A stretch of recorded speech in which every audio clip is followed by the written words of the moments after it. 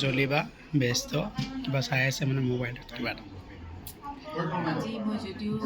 online location আহিছোঁ আৰু ডাইৰেক্টৰিচিটি তেওঁলোকৰ হৈ আছে মই দেৰিকৈ হ'লোঁ কিন্তু মই একদম ৰেডি হৈ আছোঁ এতিয়া কিনো কৰি থাকিম সেইকাৰণে কিবাকিবি ফোনটোতে চাই আছোঁ গান শুনিছোঁ তাৰ আগতে কিন্তু স্ক্ৰিপ্টখন মই চালোঁ নাই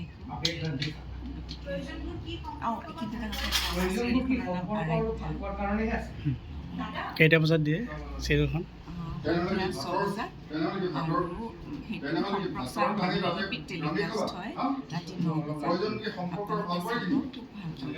আপোনাৰ কেৰেক্টাৰটো কি কৰিছে চিৰিয়েলখনত মোৰ চৰিত্ৰটোৰ নাম হ'ল ৰুমা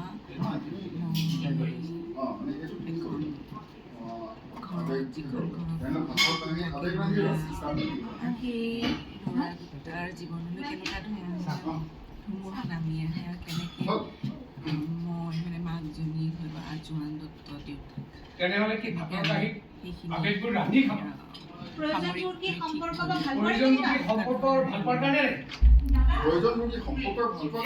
শেষত দৰ্শক কি ক'ব বিচাৰে আপুনি বিচাৰিম যে চাওক আপোনালোকৰ কাৰণে সদায় আপোনালোকৰ পুৰণি কথা পাকঘৰ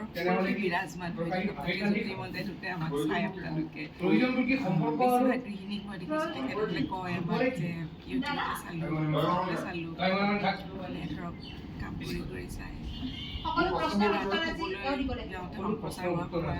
গতিকে আমি যেনেকৈ আপোনালোকক অনবৰতে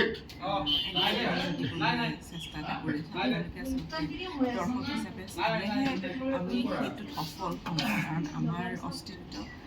আপোনালোকে নাচালে আমাৰ কিন্তু অস্তিত্ব নাই সেইকাৰণে আপোনালোক অনুৰোধ কৰিছোঁ আপোনালোকে সকলোৰে চিৰিয়েল চাব আৰু আমাৰখনক বিশেষভাৱে কবি আমাৰখনো চাব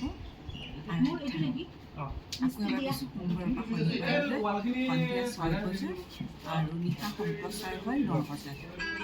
থেংক ইউ যদি চাই থাকিব আপোনালোকে স্পন্দন টিভিত